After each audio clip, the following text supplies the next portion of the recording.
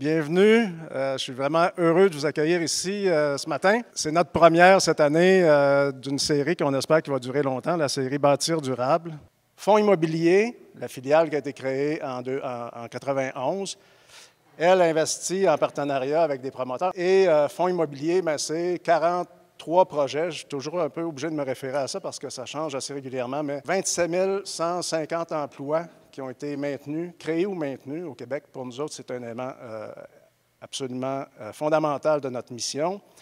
65 immeubles en gestion d'actifs, 3 846 unités résidentielles et compagnie. Au fil des ans, on a 291 millions pour 203 projets à vocation sociale communautaire abordable. Donc, 7 800 logements et un peu plus maintenant. Gestion immobilière, 2 immeubles, 21 sites au Québec et presque 4 millions de pieds carrés développés. Enfin, on a pris un virage en 2021, pendant la pandémie, où on a adopté au Fonds immobilier notre première politique cadre de responsabilité sociétale en entreprise, donc ce qu'on appelait la RSE. Ça s'est converti depuis le temps en ce qu'on vous en entendez sûrement parler, les facteurs ESG, donc environnementaux, sociaux et de gouvernance. Qu'est-ce que ça mange en hiver, les facteurs environnementaux, sociaux et de gouvernance? Bien, on va vous l'expliquer un petit peu plus rapidement, mais plus en détail. Mais en fait, environnementaux, je sais pas, on sait ce que c'est. Nous, dans le bâtiment, on va parler beaucoup de bâtiments durables. Ça touche les matériaux, ça touche les formes d'énergie qu'on va utiliser. Ça fait en sorte qu'on veut construire des bâtiments à haute performance énergétique, des bâtiments bas carbone, à haute étanchéité aussi. Donc, il y a là des préoccupations qu'on met en place, nous autres, pour améliorer notre bilan comme institution. Les banques font la même chose de toute façon maintenant pour avoir accès à des capitaux. Souvent, les grandes institutions financières vont vous demander ce que vous allez faire avec leur argent. C'est que l'empreinte carbone devient de plus en plus importante. Ce genre d'élément-là, maintenant, est considéré dans l'industrie de la finance, non seulement dans l'industrie du bâtiment. Donc, projet éco-responsable, abordable, socio-communautaire et des règles de gouvernance modernes. Donc, la série Bâtir durable est inspirée de ce virage-là qu'on a pris en 2021 en développement durable ou en ESG. On voulait, en fait, notre modèle de la façon dont on travaille fait en sorte qu'on est toujours en partenariat avec des promoteurs, à part égale. Et en fait, on se fixe des objectifs d'amélioration annuels. Par exemple, une diminution de notre empreinte carbone ou de celle de notre portefeuille d'investissement. Pour y arriver, il faut que nos partenaires, en général, puissent nous aider à le faire. Donc, meilleur vous serez en ESG, meilleur on le sera, puis plus de chances on aura d'atteindre nos objectifs. C'est comme ça que ça fonctionne, c'est aussi simple que ça. Donc, à partir de là, on a choisi de donner de l'information à nos partenaires, puis vous en ferez ce que vous voulez, ça vous appartient, mais année après année, on souhaite vous apporter un certain nombre d'informations dans des secteurs clés de l'industrie, généralement en innovation. Tantôt, je parlais des matériaux biosourcés. Bien, c'est un volet qu'on considère de plus en plus important dans l'environnement, puis il est encore émergent. Là. On n'est pas dans des grandes entreprises qui font du chanvre, de l'isolant de chanvre puis de paille, là, mais on s'en vient vers ça tranquillement. Hein, Nathalie? Et donc, c'est quelque chose qu'on veut porter à votre attention, quelque chose avec lequel on veut que vous réfléchissiez. Les modes collaboratifs en font partie. C'est le premier sujet qu'on aura choisi pour notre série de Bâtir durable. Je me présente, je suis Daniel Drouin, je suis un gestionnaire de projet pour une firme d'architecture. La firme d'architecture, on a 35 projets en IPD ou RPI là, de fait au Canada. Je dis au Canada parce qu'il n'y en a pas au Québec. Je vais vous montrer les statistiques tantôt, là, vous allez comprendre. Et puis, 3 ans passés, on a eu une initiative à l'interne de supporter les donneurs d'ouvrage, les accompagner dans leur démarche pour adopter, si vous voulez, le IPD dans leurs organisations. Et puis, c'est ce que je fais à temps plein. Dans le fond, je suis un facilitateur de Big Room, facilitateur de PCI. Je suis un coach d'équipe collaboratif, là, donc conception, construction. Là, je fais ça pas mal à temps plein. Dans mes moments libres, comme mentionné par Serge, je suis un des directeurs de l'association IPDA, Integrated Project Delivery Alliance, une association à but non lucratif qui est dans l'Ouest canadien, mais on s'étend à travers le Canada. Honnêtement, on a des membres avec nous qui sont à l'international. Donc, on a des membres là, en France, on a des membres aux États-Unis qui font partie de l'association. Et puis, récemment, l'équipe qui va être sur le stage ce matin, on a parti une communauté de pratique qui va s'appeler la communauté de pratique de construction et innovation. On a un lancement officiel le 31 mai. Donc, vous allez voir ça sur les médias sociaux là, dans les prochains jours, qui est mercredi prochain. Donc, je passe ça. Donc, je passe tout de suite à l'étape où est-ce que je commence par la fin, dans le fond, parce que peut-être plusieurs d'entre vous ne connaissent pas l'IPD encore, mais je vous explique un peu c'est quoi qu'on a au Canada comme projet d'exécuter.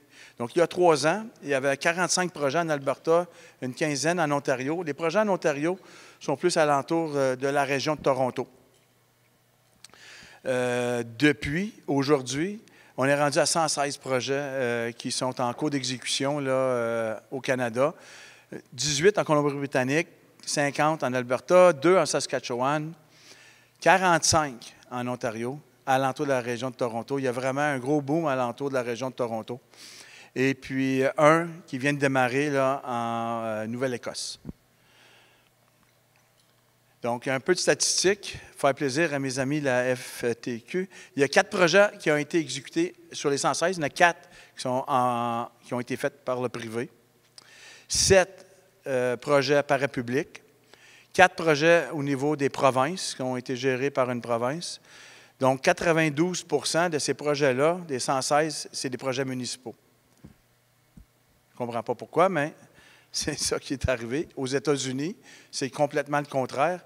Aucun projet ou presque pas de projet public. C'est tous des projets privés. Dans les 116 projets, il y en a une dizaine qui c'est des projets civils, donc ponts, viaducs, routes. 13 industriels. On comprend que dans les milieux municipaux, ils gèrent leur usine de traitement d'eau usée, les usines de traitement d'eau ou d'eau potable. 83 % c'est des bâtiments. Dans les 83 % de bâtiments, il y en a 2, c'est des multirésidences. 8 des unités d'urgence. Comme exemple, il y a 6 casernes de pompiers, une station de police, une GRC, et puis il y a un projet où est-ce qu'il y avait une caserne de pompiers, station de police, puis les services 911, tout dans la même unité. 15 écoles, des écoles primaires. En fait, ça, c'est un projet. Il y a eu un bundle d'écoles, des rénovations à faire, et puis ils ont utilisé le mode RPI pour ce projet-là, mais 15 écoles y ont été faites, toutes des écoles neuves à travers l'Alberta. 9 écoles postsecondaires. Dans les 9 écoles postsecondaires, c'est divisé là, en 3 parties, des écoles secondaires, des cégeps, des collèges et puis des universités. Il y a 2 universités là-dedans, à Toronto. Puis des projets où il y en a juste eu un musée, un zoo, un hôpital en Colombie-Britannique, puis des soins de longue durée. Il y a eu un méga gros projet en soins de longue durée. Dans ces statistiques-là, dans les 116 projets, il y a eu 2 fois des dépassements de coûts. Donc, dépassement de coûts, qu'est-ce qu'on veut dire? C'est qu'en entrée de jeu, avant d'engager l'équipe RPI, le donneur d'ouvrage a un budget. Le budget a été respecté jusqu'à la fin du projet. 3 dépassements d'échéancier. Même chose, donneur d'ouvrage a un échéancier cible qui est donné à l'équipe. L'équipe travaille ensemble pour le rencontrer. 3 fois que ces échéanciers-là n'ont pas été rencontrés sur les 116 projets. Et puis, il y en a un qui a fini en conflit. C'est un projet qui a commencé avant la COVID, qui a essayé de passer à travers la COVID, et puis a fini après la COVID. Et puis, évidemment, c'était difficile. C'est un projet privé. Donc, il y a eu un petit peu de difficulté à passer à travers. Et puis, à un moment donné, on ne faisait plus du IPD. L'équipe avait retourné au mode traditionnel de gérer le projet, comment exécuter le projet. Donc, ça a fini en conflit. Chez l'IPDA, on a un site Internet où est-ce que vous pouvez retrouver un paquet d'informations. On a des guides, on a de la recherche, on a d'informations à votre disponibilité. C'est gratuit. Vous pouvez aller sur le site et downloader les documents qui sont là. Comme je vous disais tantôt, on est à but non lucratif. On a un membership, on a un système de membership. Pour les donneurs d'ouvrages, c'est gratuit, mais il y a un hic. On vous demande de nous aider à promouvoir l'IPD à travers l'industrie. On voit direct au centre le fonds immobilier. ETS, il est là. ETS, c'est un partenaire super important. Tous nos projets de recherche passent à travers l'ETS. Et puis, le groupe nordique, c'est le donneur d'ouvrages privé. Ça, c'est nos professionnels. Donc, j'ai encerclé là, ceux qu'on retrouve au Québec. J'ai vu que... Ouais, c'est ça, parfait. Et puis, ça, c'est aux entrepreneurs généraux et spécialisés. Il y en a 3 qui ont une représentation dans l'Ouest et au Québec. Puis, il y en a un, Baudouin, qui est au Québec seulement. Donc, si vous êtes intéressé de devenir membre, info@IPDA, un petit courriel, et puis, ou aller sur notre site, et puis il y a une place là, pour demander pour devenir un membre. C'est la première fois au Québec qu'on présente devant des entrepreneurs spécialisés puis leurs corporations. Là, 1 an et demi passé, j'ai pris la démarche à l'initiative, vous voulez, au IPDA, d'amener le IPD au Québec. Je suis dans le membre exécutif, je suis le seul francophone. Je vis à Gatineau, je suis au Québec, j'ai fait des projets au Québec, puis j'avais vu une belle vision au Québec. Mon plan de match est transformer, il faut que ça passe par le contrat, donc transformer les donneurs d'ouvrages. Les entrepreneurs généraux, ils ont un grand pouvoir de changement, ils sont proches des donneurs d'ouvrages, surtout dans le milieu privé, c'est parfait. Mais ma prochaine étape, c'était les professionnels. Et puis, ça, je voyais ça vers la fin de l'année. Puis, les entrepreneurs spécialisés, en 2024. Serge, il a tout bouleversé mon plan de match. Il a tout amené ça 6 mois à l'avance. Puis, je suis vraiment excité, je suis vraiment content. Parce que si on veut sauver de l'argent dans un projet de construction, nos entrepreneurs spécialisés, ils ont le doigt sur le piton, ils savent comment faire ça. Donc, sans plus tarder, je vous explique un peu c'est quoi la réalisation de projets intégrés. Donc, les 5 principales caractéristiques d'un projet réalisé en mode IPD ou RPI. Donc, c'est un contrat multipartite entre les membres de l'équipe IPD. Donc, un contrat multipartite, c'est-à-dire un contrat unique. Donneur d'ouvrage donne un seul contrat à l'architecte, à l'entrepreneur général, aux professionnels. Des fois, il y en a 4 ou 5 professionnels, 3, dépendamment de la complexité du projet, le risque dans le projet, et aux entrepreneurs spécialisés. L'entrepreneur spécialisé fait partie du contrat multipartite.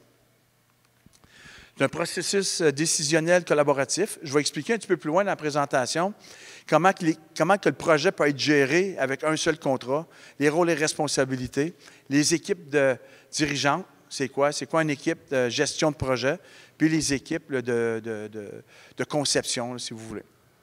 Bien, toutes les décisions sont prises en collaboration ou de façon collective avec l'équipe de gestion de projet. Toutes les décisions, qui incluent le donneur d'ouvrage, l'architecte, un entrepreneur général, un représentant des ingénieurs, puis un représentant des entrepreneurs spécialisés. C'est un consensus. Si on n'a pas un consensus, il y a un processus pour régler ça. Puis ça, c'est à partir du début du projet. Ce n'est pas juste pendant la construction, pendant la conception. Dès que l'équipe est assemblée, on prend des décisions ensemble. Responsabilité limitée entre les membres de l'équipe IPD. Ça veut dire qu'il y a une clause d'exonération de responsabilité dans le contrat. Donc, entre les membres, personne ne peut se poursuivre. Donc, le donneur d'ouvrage ne peut pas poursuivre son entrepreneur général. L'entrepreneur général ne peut pas faire une réclamation puis poursuivre le donneur d'ouvrage. Différent? Une implication des membres dès le début des phases de développement. Donc, on le voit déjà, il y a une vague depuis une certaine année, conception, construction, du design-build, on a un entrepreneur général, on a des contrats déjà montés pour ça, des gérances, des choses comme ça. Ce qui est particulier au IPD, c'est que c'est encore plus intense, l'implication des membres, parce qu'on ajoute les sous-traitants spécialisés. On veut qu'ils fassent partie des premières décisions. On met en place une culture d'équipe. Ça inclut les entrepreneurs spécialisés. Puis, une des clauses particulières au contrat, c'est le partage des bénéfices et des pertes en fonction des résultats obtenus. Donc, on a un prix cible qui va être identifié par l'équipe, qui est souvent inférieur au budget du donneur d'ouvrage. C'est l'intention. On veut démontrer au donneur d'ouvrage qu'on est capable de bien performer, puis qu'on va bien performer. Puis on set une cible juste en dessous souvent, en dessous de ce qu'ils ont comme budget. Donc, je vous explique un peu comment ça fonctionne. Donc, le coût cible, comment est-ce qu'il est monté? On a les coûts directs, les coûts indirects et les frais généraux de chacune des organisations. Et puis, ça fait partie des coûts de projet. Par-dessus ça, on a les contingences. C'est quoi une contingence en mode IPD? C'est collectivement le développement d'un registre de risque. Donc, souvent, on voit dans les projets conventionnels ou traditionnels, le donneur d'ouvrage a son registre de risque qu'il ne partage pas avec l'équipe. L'entrepreneur général, il fait la soumission, puis il trouve toutes les failles dans le contrat, puis il y a un registre de risque qu'on va appeler, on peut l'appeler un autre nom, là, mais il y en a un. L'entrepreneur spécialisé, la même affaire. Les ingénieurs et les architectes, ils n'en ont pas vraiment un registre de risque parce qu'eux autres, ils essaient de les éliminer en faisant leur design. Mais ils n'ont pas toute l'information. Le donneur d'ouvrage, il n'a pas donné. L'entrepreneur général, il n'en a pas donné. Puis le sous-traitant, il n'en a pas donné. IPD, tout le monde assis ensemble, au début, on met un gros tableau blanc, puis on commence à identifier les risques ensemble. Ceux du donneur d'ouvrage, ceux de l'entrepreneur, ceux des sous-traitants spécialisés, tout le monde ensemble, on développe le registre de risque. Pendant le processus de validation, je vous explique ça tantôt, le processus de validation, on définit les coûts de chacun de ces risques-là. On s'engage à travailler ensemble pour respecter les coûts de ces risques-là. Ça devient notre contingence. Il n'y a pas un deuxième budget caché de contingence du donneur d'ouvrage, fait partie du projet. C'est très important que le donneur d'ouvrage il est transparent et honnête, puis il partage tout son budget, qui inclut les contingences, qui inclut tout le package pour que l'équipe comprenne c'est quoi au complet le projet. Parce que ça fait partie du projet, les contingences. Ensuite, pour monter le prix, l'équipe ensemble, ils ont tous des profits. Donc, l'entrepreneur spécialisé, moi, je veux 200 000 de profit. L'entrepreneur général veut 45 millions de profit. Ainsi de suite. L'architecte veut 2 000 piastres de profit, peu importe. On cumule tout ça ensemble, puis on fait on fait la tarte en haut, qu'on voit en haut à droite, c'est à ma droite à moi, et puis ça fait partie du pool de profit. Ce profit-là, il va être à risque, dans le mode IPD. On met le profit à risque, parce qu'on s'engage avec le donneur d'ouvrage qu'on va rencontrer notre budget. Puis si on ne rencontre pas notre budget, bien, c'est notre faute. Puis on va aller piger, si les coûts montent, on va aller piger dans notre profit, après qu'on a purgé toutes les contingences. Donc, je vous explique un peu comment ça fonctionne. Exemple, on a un coût cible de 11 millions qui inclut les coûts, donc basé sur l'estimation des coûts de l'électricien plombier, système intérieur, ventilation, structure, excavation, peinture, etc. C'est une somme forfaitaire qui est distribuée puis négociée, qui fait la tarte. Donc, si notre projet de 11 millions qu'on avait comme coût cible, le coût réel est vraiment 11 millions, les profits sont partagés à 100 % avec l'équipe. Donc, tout le monde à part égale, à leur part, là, ils ont leur profit. Si nos coûts de projet augmentent, on vient gruger dans nos profits. Puis vous voyez, là, dans mes deux colonnes du centre, là, la contingence, elle a disparu, elle est fondue dans le coût de projet. Donc, ça fait partie du coût de projet. Donc, les entrepreneurs spécialisés, tout le monde dans l'équipe, dans le fond, sont payés à 100 %. Dans mon exemple, il y a moins de profit à partager, donc la tarte, on la voit, est un petit peu plus petite. Donc, en rouge, c'est la tarte avant. Là, maintenant, la tarte grise est plus petite. Si le projet coûte 10,5 millions au lieu de 11 millions, donc il y a un 500 000 d'économie, les coûts sont tous payés, les profits sont partagés, puis en plus, la tarte est plus grande à partager, on a un 500 000 de plus à distribuer à part égale avec tous les membres de l'équipe. Oui. Au prorata de l'argent que vous avez mis, ou du pourcentage que vous avez mis à risque dans le projet. Donc, l'entrepreneur, règle générale, là, ça ressemble un peu, l'entrepreneur général, là, il est environ entre 30 et 45 de cette tarte-là. L'entrepreneur mécanique, plomberie, ventilation, tout ce kit-là, là, HVAC, là, représente entre 30 et 35 électrique, 10 à peu près. Puis après ça, c'est toutes des plus petites portions là, en bas de 10 5, 6, 7, 8, architecte, ingénieur, ainsi de suite. La raison aussi, pourquoi qu'on architectes, ingénieurs font partie de l'équipe IPD, souvent, on entend ça. Écoute, on n'a pas beaucoup de profit à mettre à risque dans le projet. Par contre, vous avez un grand enjeu sur le succès du projet. Puis vous êtes là du début à la fin, donc vous avez les yeux sur votre projet du début à la fin. Vous êtes responsable de la conception, vous êtes responsable des documents d'exécution pour les travaux de réalisation, puis vous êtes responsable de l'assurance qualité tout au long du projet, puis vous êtes responsable à la fin d'avoir le permis d'occupation. Donc, c'est une des raisons pourquoi vous êtes là du début à la fin. Puis, dans l'éventualité où est-ce que les coûts dépassent le 11 millions, donc 11,5 par exemple, on voit en rose le profit a disparu. Donc, tout le monde est payé à 100 %. Donc, tes coûts fixes, tes frais généraux d'organisation sont payés, tu n'as juste pas de profit. Par contre, pour un donneur d'ouvrage, puis c'est une particularité avec des modes qu'on voit là en ce moment qui apparaissent, là, il n'y a pas de prix maximum garanti. Il n'y a pas de PMG dans l'IPD. Donc, le plafond il est illimité. Pour un donneur d'ouvrage, c'est peut-être un risque. C'est pour ça que le donneur d'ouvrage fait partie du projet du début à la fin, puis il fait partie de toutes les décisions. Il est au courant de ce qui se passe tout le temps. Donc, il y a des signes avant-coureurs là, avant que ça arrive là. Il y a plusieurs choses qui s'est arrivées pour qu'on arrive là, puis on peut le prédire quand que ça va arriver, puis pourquoi ça arrive. Mais si ça arrive, le donneur d'ouvrage paye le juste prix. Donc, il paye le juste prix, temps matériel, avec les frais généraux, pas de profit.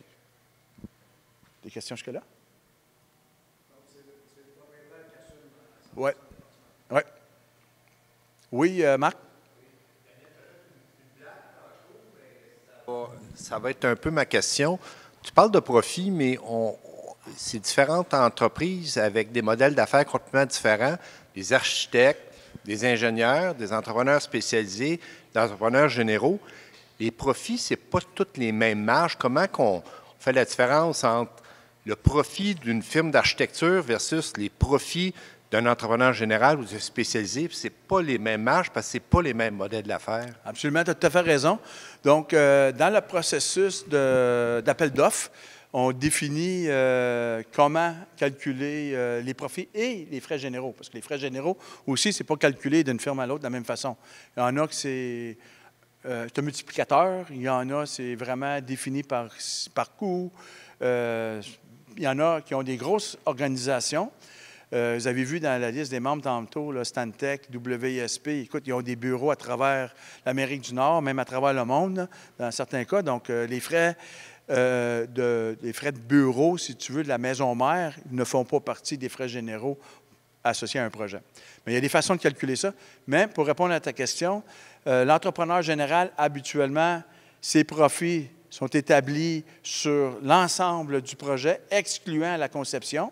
Donc, souvent, ça représente 3 à 5, 6 pour une firme d'architecture, où est-ce que ces profits sont répandus sur toute la conception, donc incluant les partenaires. Donc, ça peut représenter 10, 12 je dis peut-être n'importe quoi. Ensuite, les spécialisés, donc les ingénieurs spécialisés, les entrepreneurs spécialisés, c'est juste sur leur portée de travaux. Donc, ils ont souvent des pourcentages un peu plus élevés, 15, 16, 18 Ça répond à ta question, Marc? Ça a de l'allure? Oh, plusieurs questions, là. Est-ce que je comprends que ces façons de fonctionner ou de calculer le profit sont intégrées dans le contrat pour chacun des strates de la construction? Absolument. Dans le même contrat? Oui, c'est un annexe dans le contrat. Donc, dans le contrat, Une des particularités dans le contrat, parce que tout le monde signe le même contrat, il y a deux documents, il y a plus que deux annexes qui sont importantes. Mais les deux plus importantes, c'est les rôles et responsabilités. Donc, on détermine les rôles et responsabilités dans le projet. Donc, c'est clair que l'architecte, son rôle, puis mettons, il coordonne les activités des professionnels. Le rôle de l'entrepreneur général, il coordonne les activités, l'échéancier, budget, ainsi de suite. Tout le monde a son rôle et responsabilités. Le deuxième document, c'est le document où est-ce qu'on voit tous les taux horaires de tout le monde, donc tous les partenaires. On voit les profits de tous les partenaires. Ces documents-là sont évidemment transparents à l'équipe, mais à un certain nombre de personnes, les personnes clés de l'équipe, les équipes dirigeantes, puis sont négociés aussi. Par exemple, tu arrives dans ton appel de proposition, l'entrepreneur général, il dit « Moi, je veux 5 % de profit, mais sur tout le projet. » Exemple, conception et construction. Je ne dis pas que ce n'est pas faisable, c'est peut-être faisable, mais c'est négocié avec l'équipe. « Oui, mais c'est pas juste, c'est juste, pas juste. Oui, mais écoute, mon modèle d'affaires me permet ça, j'ai besoin de ça, sinon j'augmente mon profit. » C'est tout négocié avant la signature du contrat. Donc, c'est tout transparent, c'est tout dans les documents. Vous avez une autre question? OK, parfait. Donc, je continue. Je suis juste en temps, Serge. Perfect.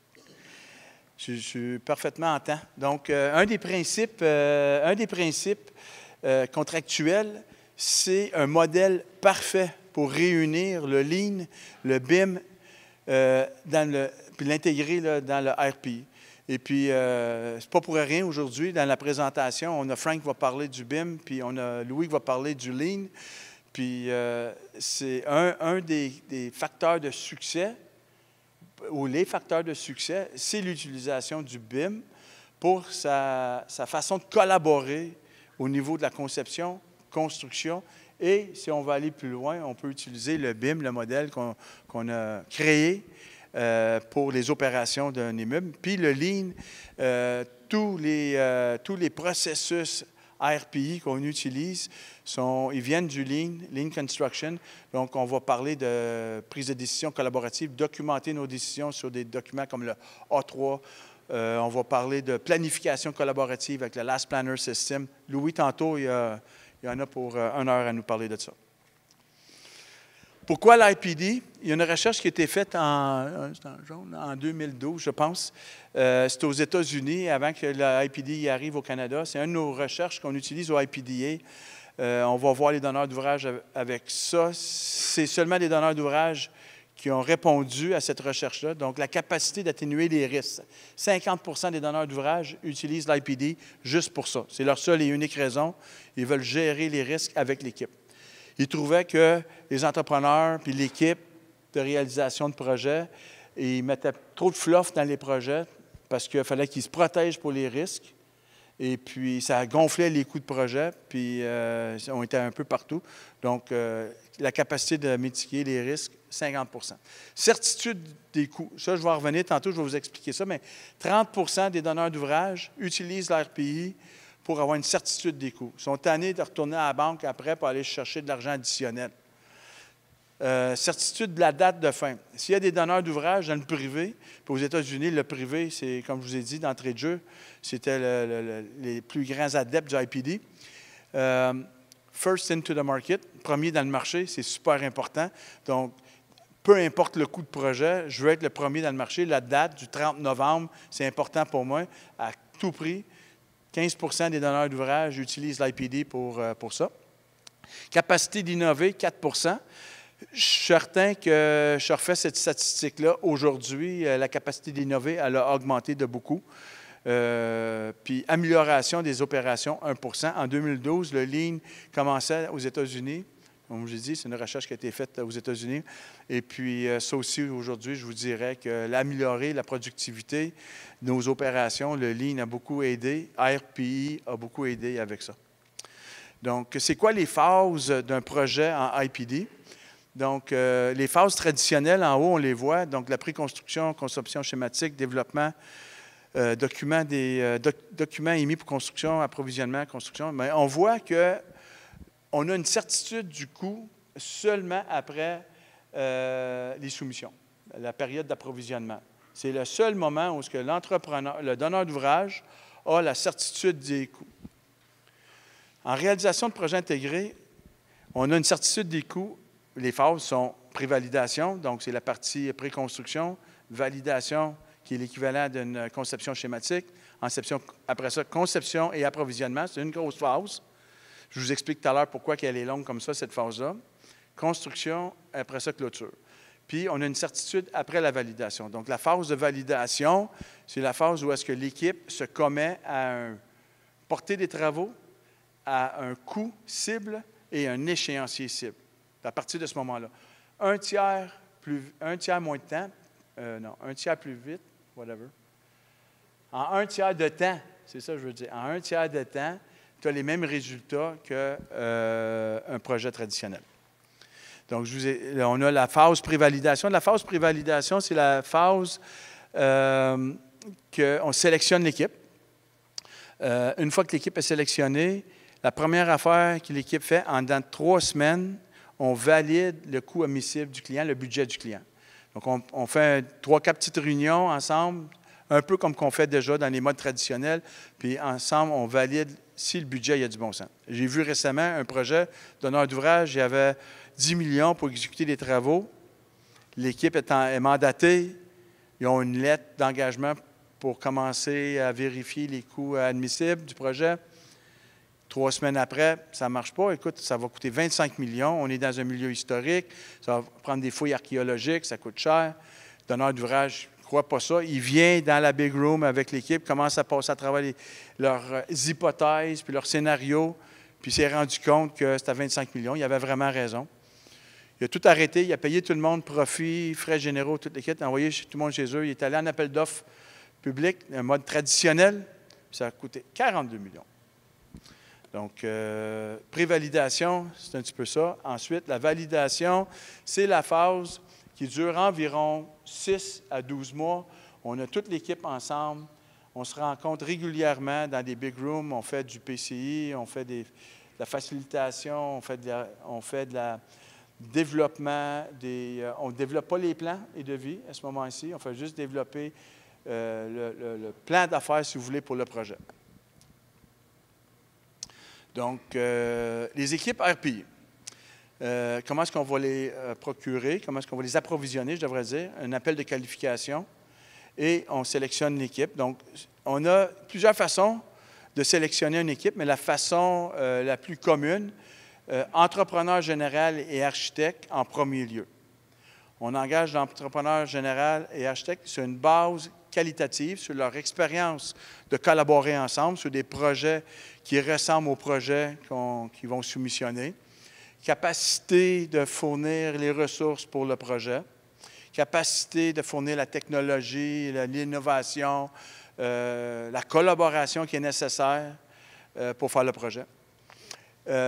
Ensuite, avec l'équipe et le donneur d'ouvrage, il se forme un petit comité, puis on identifie les besoins en professionnel, puis on identifie les besoins en entrepreneur spécialisé pour poursuivre le restant du projet. Comme je l'ai marqué là, l'équipe est sélectionnée basée sur les qualifications et non sur le plus bas prix. À ce moment-là, dans la réponse de l'appel qualification, on a des taux horaires, simplement. Il n'y a pas de taux de production, il n'y a pas de productivité, on n'a rien de ça. Il n'y a pas de prix forfaitaire, on n'a pas de portée de travaux, on n'a pas de plan de devis. Donc, c'est vraiment basé sur la qualification. Ce qui a été développé dans les 3 dernières années au Canada pour s'assurer de la collaboration des équipes, c'est dans la période de sélection d'équipe, évidemment, on revise les documents d'appel de qualification, on a des entrevues, mais dans les entrevues, on a des ateliers de collaboration. Donc, pour avoir du succès dans les ateliers de collaboration, il faut que ça se fasse en personne. Durant la COVID, on a eu un petit peu de difficulté avec ça, puis on a mis ça de côté un peu. On a quand même développé des outils hybrides, si vous voulez. Mais les meilleurs scénarios, c'est quand c'est en personne. On a 15-20 personnes, on a des sujets où je pourrais dire des problèmes à résoudre. puis on regarde comment l'équipe collabore ensemble pour résoudre le problème.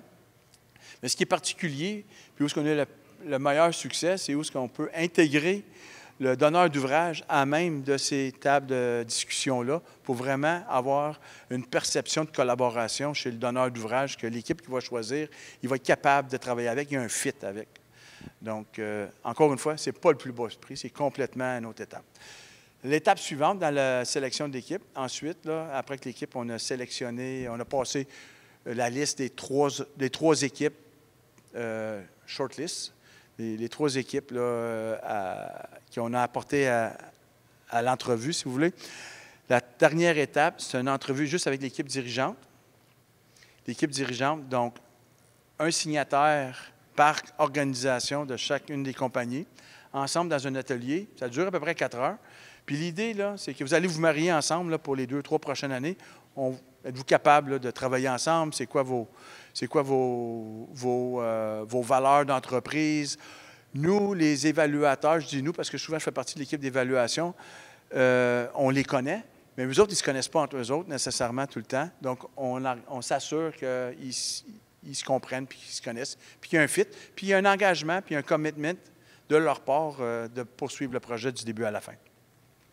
Donc, ça ressemble un peu à ça. Donc, on a le donneur d'ouvrage, c'est lui qui est le plus pesant de la gang. Je dis ça parce que quand on a des prises de décision, le donneur d'ouvrage, en quelque part, il y a un droit de veto, c'est contractuel, puis il y a une instruction qui peut être donnée à l'équipe d'aller de l'avant avec le travail imprévu, par exemple. Ensuite, l'équipe est souvent composée. Souvent, ce n'est pas juste limité à ça, là, mais on a un entrepreneur général, entrepreneur électrique, entrepreneur mécanique, ingénieur mécanique, ingénieur électrique, l'ingénieur structure, puis les architectes. Puis au milieu de ça, bien, on a les objectifs puis les valeurs du projet. Donc, tout le monde est vraiment focusé sur la même affaire. Dans les présentations de Frank et de Louis, des conditions de satisfaction, les valeurs de projet, c'est tous des mots qui vont tout revenir. Tout est vraiment aligné. Là, on est vraiment focusé sur le client, tout le monde. Je mets en évidence mes entrepreneurs spécialisés parce que j'ai su à la dernière minute qu'on avait plusieurs dans la salle, puis j'étais vraiment excité de ça. Là. Le clé, je ne sais pas comment mettre ça, là, mais si tu veux sauver de l'argent dans un projet, c'est à travers nos entrepreneurs spécialisés. Tu sais, on peut faire on a un coût cible au début, là. On peut faire beaucoup d'efforts au niveau de la conception, au niveau de la gérance de projet pour essayer de sauver des coûts de projet, les logistiques de projet. Mais le vrai saving, les vraies économies, là, ça passe à travers nos entrepreneurs spécialisés. Moi, j'ai vu des histoires dans les big rooms là, où est-ce qu'on est en train de négocier ou en train de discuter d'une problématique qui a de 5 millions de coûts additionnels sur un chantier, dans les travaux souterrains, mettons de l'excavation, des affaires de même. L'entrepreneur mécanique, il est assis dans le coin, ça ne le regarde pas, la conversation, puis il pose une question. Pourquoi qu'on ne fait pas ça de même à place? Là, tout le monde se regarde. Puis, bien, commençons à explorer ça. En 20 minutes, une décision qui a été prise et on a sauvé la moitié de ces frais-là. J'ai des dizaines d'exemples là, que les entrepreneurs spécialisés, l'apport qu'ils peuvent apporter dans un projet quand ils sont impliqués en amont. Mais c'est très important, quand ils sont impliqués en amont, de les avoir dans la big room au bon moment puis pour la bonne quantité de temps. Ça ne sert à rien de les amener si on a des big rooms de 2 jours de temps, et puis il y a des discussions sur l'administration de projet, puis toutes sortes d'affaires qui n'ont pas rapport avec leurs activités, nécessairement, de les amener juste quand on les a vraiment besoin. Puis il peut rester alentour. Ils peuvent continuer à travailler là, mais ils ont d'autres choses à faire, et puis on les a besoin en santé. Il y a une question? Oui.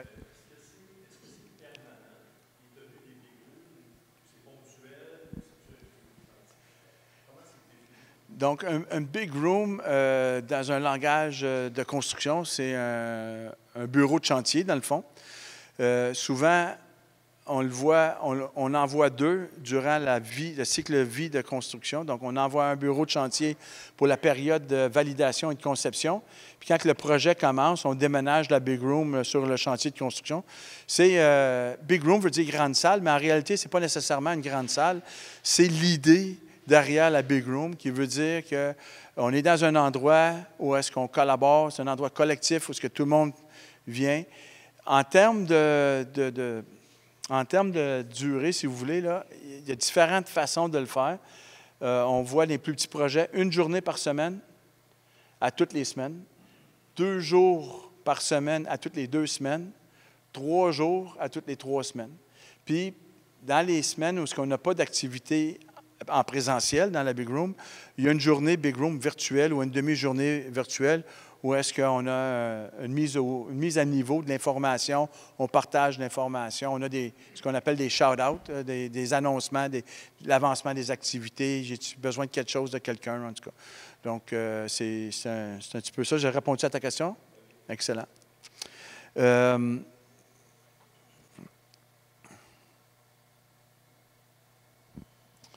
Parfait, c'est la structure de l'équipe, comment ça marche. Donc, ce qu'on voit dans cette diapo-là, c'est tous les membres des organisations, toutes mêlées. Donc, en haut à droite, on a l'équipe dirigeante, donc sont les signataires au contrat, donc sont en rouge à travers le dessin ici. Par contre, on n'en voit pas parce qu'ils ne sont pas participatifs au contrat. Souvent, c'est les dirigeants, c'est ceux qui signent les contrats. Ils sont appelés à intervenir sporadiquement, au besoin, quand on a un conflit, on a quelque chose à régler. Par contre, l'équipe de gestion de projet, le GP, en anglais le PMT, un de leurs rôles importants, c'est d'informer l'équipe dirigeante via des communications comme par exemple un tableau de bord mensuellement ou 6 semaines, quelque chose comme ça. L'équipe de gestion de projet, composée de 5, comme j'ai mentionné tantôt, donneur d'ouvrage, architecte, un représentant des entrepreneurs spécialisés, un représentant des ingénieurs et le donneur d'ouvrage, évidemment. Ces 5 personnes-là prennent des décisions. Ils gèrent le risque du projet, ils gèrent les opportunités du projet, toute la gestion, l'échéancier du projet, c'est tout géré à travers ces 5 personnes-là. Comment est-ce qu'on fait pour gérer un projet à 5 personnes? Ça, c'est une autre présentation d'1 heure et demie. Mais ça se fait. Ensuite, les équipes de mise en œuvre de projets, en anglais, on les appelle les PIT. C'est des équipes multifonctionnelles. Souvent, on voit architecte avec structure, on voit mécanique avec électrique. Souvent, il y a comme un mélange entre les deux. On voit souvent, tu poses un équipement mécanique, tu as besoin d'un électricien pour le raccorder. Donc, ils travaillent ensemble. Dans l'équipe structure et architecte, souvent, on peut voir un architecte paysagiste. Une autre équipe qu'on a, c'est civil avec l'entrepreneur général au niveau des logistiques du projet, parce que toutes les fois qu'on creuse un trou, ça change la logistique du projet, donc on les a mêlés ensemble. Puis il y a évidemment l'équipe d'estimation qui est composée de plusieurs estimateurs de toutes les organisations. C'est quoi la gestion collaborative? Donc, la gestion par équipe, la gestion collaborative est faite par l'équipe de gestion de projet. Donc, on gère le projet du début à la fin, incluant la clôture et puis la garantie. La garantie, en passant, c'est une phase du projet RPI. On va la soumissionner, elle va faire partie des coûts cibles du projet. Ensemble, on va déterminer, on met combien d'argent dans le pot que le client va garder jusqu'à la fin de la période de garantie. Moi, j'appelle ça du planning collaboratif. Louis va appeler ça du Last Planner System. C'est l'idée derrière la planification en RPI, c'est que ça se fait de façon collaborative. Ce n'est pas l'entrepreneur général qui va aller dire à l'entrepreneur spécialisé, tu as 3 semaines pour faire ça, puis tu commences demain en passant. L'entrepreneur spécialisé, il va travailler avec l'équipe, avec l'entrepreneur général, puis il va dire, moi, là, j'ai besoin de 2 semaines et demie, j'ai besoin de 4 gars, je vais faire que je sorte 3 jours, mais je vais revenir pour faire telle affaire, telle journée, puis inquiète-toi pas, ça va être fait. Il y a un commitment, il y a un engagement fait par les entrepreneurs. Puis, dans la période de validation, au niveau de la conception, c'est la même affaire. Donc, l'architecte et les ingénieurs, ils se commettent à des tâches, à des livrables clairs et définis ensemble. Puis, ils se parlent entre eux autres. Moi, j'ai besoin de ça telle date. Puis, l'architecte va dire, il m'a donné ça pas avant telle date. Puis là, il y a une négociation. Puis, on travaille ensemble pour définir la planification. Prise de décision en équipe, j'en ai parlé un petit peu tantôt. La gestion collective des risques et des opportunités. Souvent, on va parler des risques, mais aussi il y a des opportunités. Donc, on a en équipe, là, quand on va faire du brainstorming, vous allez voir qu'il y a beaucoup d'opportunités qui apparaissent quand on a des discussions par rapport aux risques. Donc, on les identifie, on leur donne des définitions, puis des dates où est-ce qu'on peut prendre avantage de cette opportunité-là. En anglais, on appelle ça le last responsible moment. Donc, passé cette date-là, l'opportunité a disparu, on ne peut plus la prendre. Les prévisions collaboratives, c'est quelque chose qui est super important ou super naturel dans un projet RPI, c'est les prévisions financières puis les prévisions de l'échéancier. Je vous ai dit tantôt, le dépassement des coûts à 11,5 millions, là, il y a des signes avant-coureurs, là, on les voit parce qu'à chaque mois, l'équipe ensemble regarde des prévisions financières. On fait les S-curves, on fait tous les cash flows, on fait tout ça ensemble en équipe. On discute. Quand on voit des drapeaux qui commencent à lever, on met en place des solutions tout de suite pour les éviter. Même chose pour l'échéancier. Donc, la conception en mode collaboratif, à quoi ça ressemble? Donc, on a au début la définition des valeurs du projet. Donc, on définit le coût admissible. Le coût admissible, c'est ce que le donneur d'ouvrage nous donne. Ensuite, on fait des itérations de conception, développement et estimation. Donc, tous ces petits cercles-là, ces petits cycles-là qu'on fait, là, c'est des sprints qu'on appelle en planning collaboratif ou dans les modes agiles, on appelle ça des sprints. C'est des durées de 2-3 semaines. En fait, on les aligne avec les journées présentielles de la Big Room. Et puis, l'idée, c'est que on définit notre conception, on développe notre conception, on estime notre conception, puis on le présente à l'équipe, puis on regarde où est-ce qu'on s'en va avec ça en termes de coûts. À toutes les 3 semaines. Même chose pour, là, à la fin de la validation, on a un coût de cible de base.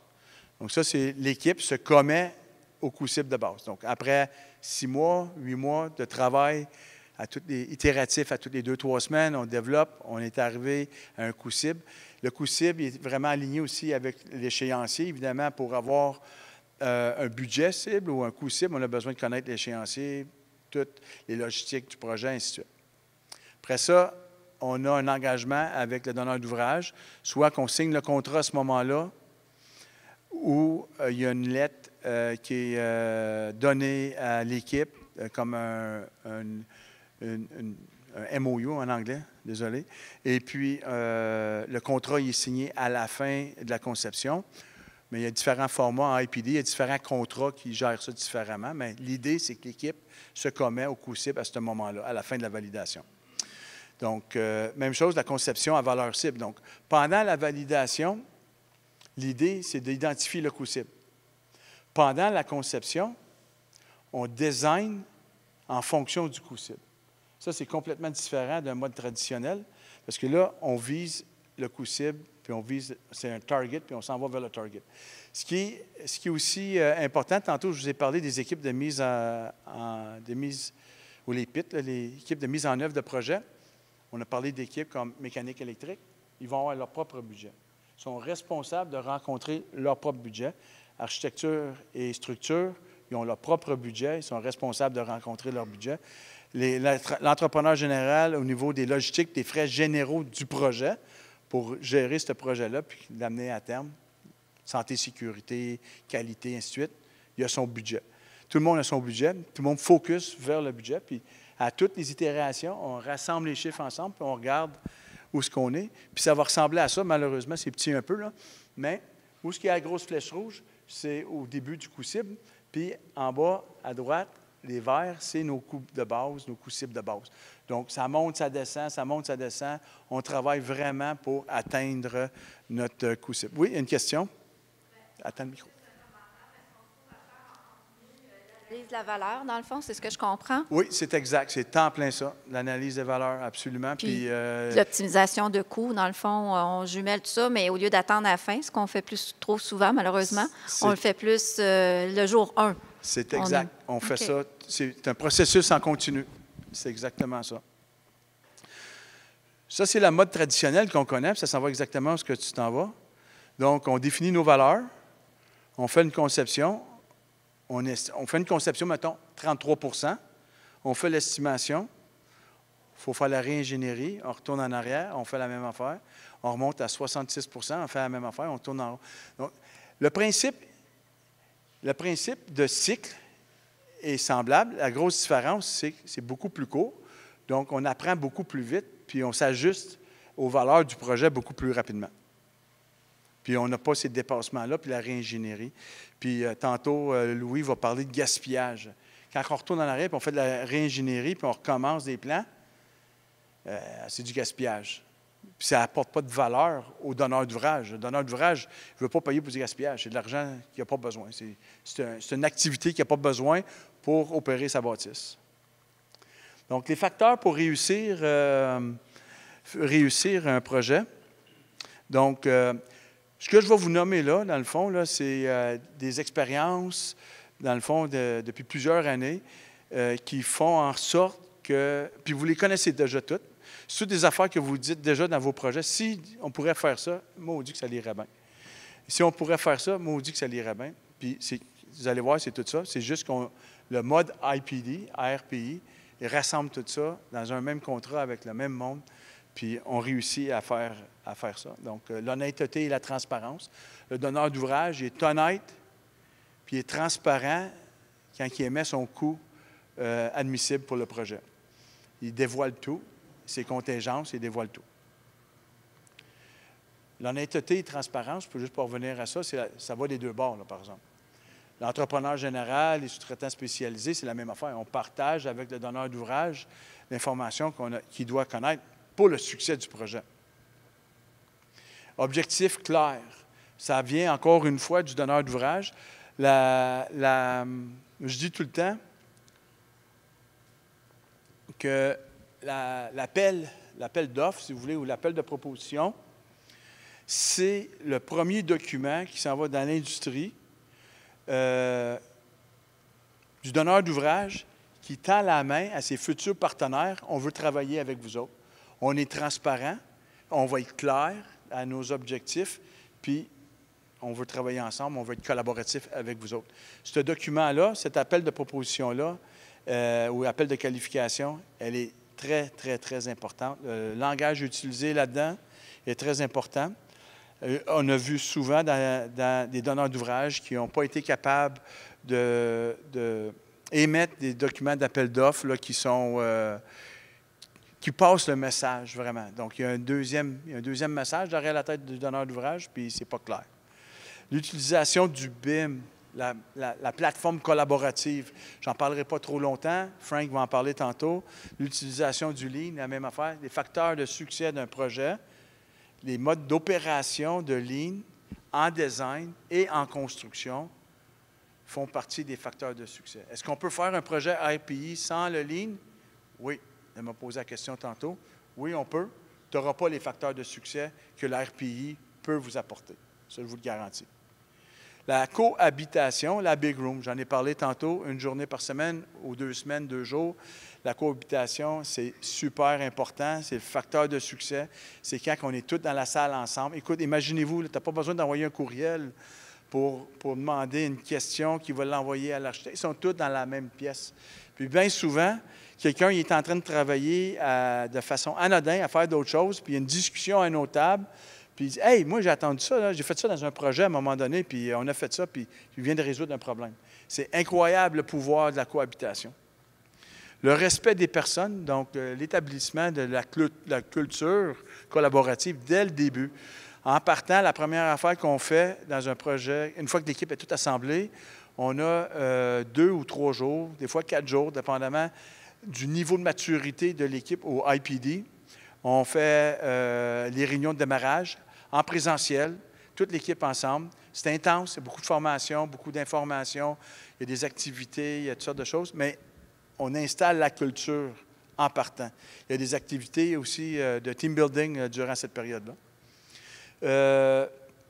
Un facteur de succès, c'est durant la validation, puis durant la période de conception, on établit les indicateurs de performance qui sont gérés par l'équipe de gestion de projet, puis on a des tableaux de bord. Il y a un suivi très rigoureux de ces indicateurs de performance-là, puis c'est ça, un des éléments qui fait en sorte que les projets ont du succès en IPD. L'amélioration continue, je ne peux pas assez en parler. C'est tout le temps en mode continu. On apprend tout le temps de nos erreurs, puis on avance, puis on recule, puis on avance, puis on a appris. Puis Louis va en parler aussi d'ailleurs tantôt. Puis d'avoir les bons entrepreneurs spécialisés dans la Big Room au bon moment. Parce que si on traîne nos entrepreneurs spécialisés ou n'importe qui d'autre dans les Big Rooms pour rien, bien, ça coûte cher pour rien, puis on les a pas besoin. Ça n'apporte pas de valeur aux donneurs d'ouvrage. Donc, on veut les avoir, mais on ne veut pas les brûler non plus, nos entrepreneurs spécialisés. Je mets beaucoup d'emphase là-dessus parce qu'il y a eu des projets qui n'ont pas eu de succès dans le passé, où il y a eu... En fait, ils ont eu du succès parce qu'ils ont eu des entrepreneurs spécialisés. Ça, c'est clair. Par contre, l'entrepreneur spécialisé ne veut plus en faire parce qu'il a brûlé trop de temps dans la Big Room, puis ça n'a pas apporté de valeur à son organisation. Parce qu'à la fin de la journée, on veut être profitable. On ne fait pas juste travailler pour avoir du fun, puis aller dans une Big Room, puis manger des lunchs, des hamburgers, des affaires de même. On veut faire de l'argent pour nos organisations. Donc, il faut être là dans le bon moment, pour la bonne durée. Donc, à part ça, comment on met ça en marche, un processus comme ça? Si tu es un donneur d'ouvrage, donc, il y a des firmes spécialisées comme la nôtre qui font des évaluations de niveau de préparation à l'organisation au RPI. Donc, en anglais, on appelle ça un Owner Readiness. On évalue l'organisation, donc c'est un diagnostic de l'organisation. On s'assure que l'équipe dirigeante de l'organisation va appuyer l'équipe de gestion de projet. L'équipe de gestion de projet, on se rappelle, donneur d'ouvrage, évidemment, il est là. Son boss, il va supporter son gestionnaire de projet. Mais est-ce qu'il va supporter les idées et les décisions qui vont venir entrepreneur général, architecte, entrepreneur spécialisé et le professionnel? Donc, on évalue ça tout de suite, avant même de mettre un projet dans le marché. On évalue aussi l'équipe de soutien. L'équipe de soutien, c'est légal, approvisionnement. Une des raisons pourquoi il n'y a pas beaucoup de IPD au Canada, pas au Canada, mais au Québec, on a des lois au niveau de l'approvisionnement. Comment est-ce qu'on approvisionne nos équipes? Donc, on les aligne, on les met à niveau. Risque, gestion de risque, assurance, caution, l'équipe qui gère ça dans les organisations. On a aussi finance. C'est un projet à livre ouvert, temps matériel. On s'entend que durant la construction, là, une facture peut avoir 600 pages. Là. Donc, on a toutes les factures, là, les marettes, les fils électriques, on a les fittings, on a toutes les pages de factures, le temps, les feuilles de temps de tous les employés qui ont été actifs sur le chantier. Quand ça arrive chez le donneur d'ouvrage, à son département de finances, ce n'est pas une page, c'est des pages. Il y a un processus, ce n'est pas tout dompé sur son dos, mais c'est important qu'au début, on les met à niveau pour qu'ils comprennent qu'est-ce qui s'en vient de leur côté, pour pas qu'ils soient surpris et que ça crée un blocage. Deuxième étape, un diagnostic du marché. Donc, le donneur d'ouvrage, il veut faire un projet IPD, mais il est en région éloignée, comme Montréal. Non. Il est en région éloignée. Et puis, écoute, moi, c'est bien beau, là, je veux bâtir telle affaire ici, mais est-ce que ma communauté de sous-traitants, ingénieurs, architectes, peuvent me supporter dans cette démarche-là? C'est différent. Il y a des façons de faire ça. Donc, dans le diagnostic, là, on évalue le marché, la capacité, on trouve des solutions. Et puis, l'autre affaire qu'on fait dans les diagnostics, souvent, c'est il y a des conférences comme aujourd'hui. Le donneur d'ouvrage organise une séance, puis on les informe de comment ça se passe, puis c'est quoi, et puis le support que le donneur d'ouvrage peut faire durant le projet.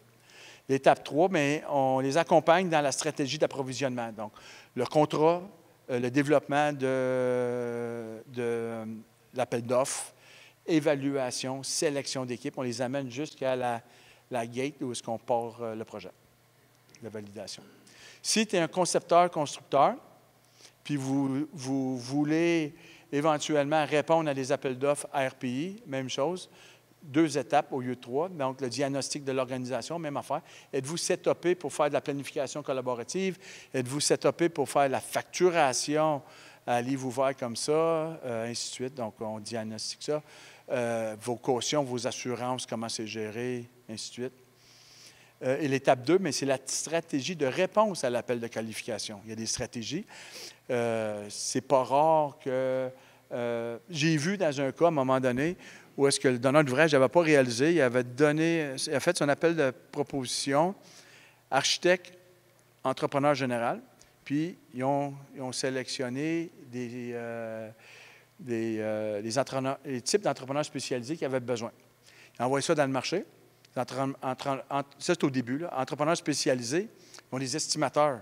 Ils n'ont pas des proposal writers, ils n'ont pas des gens qui écrivent des propositions dans leur payroll. Comment est-ce qu'on gère ça, une proposition? Donc, nous, on les accompagne dans cette démarche-là. Un des jobs qu'on demande à nos promoteurs, c'est de préserver la valeur de l'actif qu'on est en train de construire parce qu'il est associé à des revenus qu'on va en tirer éventuellement. Ça fait qu'on ne veut pas, pendant la période de conception ou en construction, qu'il y ait des choix de fait qui pourraient comme dénaturer, entre guillemets, là, cette valeur-là. Comment elle est protégée dans le RPI? Donc, au début, quand on met l'équipe ensemble, on identifie les valeurs du donneur d'ouvrage, puis on identifie des conditions de satisfaction pour le donneur d'ouvrage, puis on s'assure que pendant la validation, pendant la conception, ces valeurs-là sont toujours rencontrées. Une façon qu'on fait ça, ces valeurs-là, quand on les identifie, on les affiche chez les murs dans la big room, et puis continuellement, quand on est dans la big room, là, on voit nos valeurs. Ah oui, il ne faut pas que j'oublie ça. Dans nos prises de décision, les valeurs, les 10, 12 valeurs, par exemple, ceux que tu viens de nommer, ils font partie de la matrice de décision. Donc, pour prendre une décision, il faut cocher la boîte. Si on ne la raconte pas, il faut expliquer pourquoi. Puis, il y a un document, là, un A3, là, qu'on va tout développer, pourquoi on ne la raconte pas, puis c'est quoi les alternatives qu'on peut prendre pour se réajuster. Donc, c'est vraiment focusé sur les valeurs. Si, par contre, il y a un changement après que vous avez, les donneurs d'ouvrage ont émis les valeurs, puis vous avez une nouvelle valeur, parce que des fois, les projets sont longs, puis il y a des nouvelles technologies qui arrivent, des nouvelles innovations qui arrivent, bien, on veut rajouter ça ensemble, l'équipe, avec le donneur d'ouvrage. Il fait partie de toutes les décisions. Il protège, le donneur d'ouvrage, il protège vos valeurs du début à la fin. Ma deuxième question, tu parlais tantôt que le donneur d'ouvrage a un droit de veto. Oui. S'il l'exerce puis que ce droit de veto-là a des conséquences financières dans le projet, j'imagine qu'il faut qu'il porte de l'argent supplémentaire. Ce n'est pas aux entrepreneurs qui sont autour de la table d'assumer, ou en tout cas aux joueurs autour de la table. Puis l'inverse aussi est vrai. Par exemple, il veut enlever une portée des travaux. Moi, j'ai vu ça dans des projets où il y a multiples bâtiments. Et puis là, le donneur d'ouvrage, il y a plusieurs projets, là, comme vous autres, un peu, là, 50 projets qui roulent en même temps. Puis il y a un pépin qui arrive sur un projet, là, puis il a besoin d'aller chercher un 2 millions vite fait, quelque chose comme ça. Puis c'est tout une gestion de budget interne. Donc, on élimine 2 millions de portée sur un travaux. Donc, il y a une négociation qui se fait. Évidemment, il y a une portée de moins, il y a un profit de moins, il y a tout ça. Donc, c'est un désavantage pour l'équipe, là, mais il y a une négociation qui se fait. Mais l'inverse aussi, tu rajoutes une portée, un imprévu qui n'est pas dans le registre de risque, Act of God, ça revient au donneur d'ouvrage.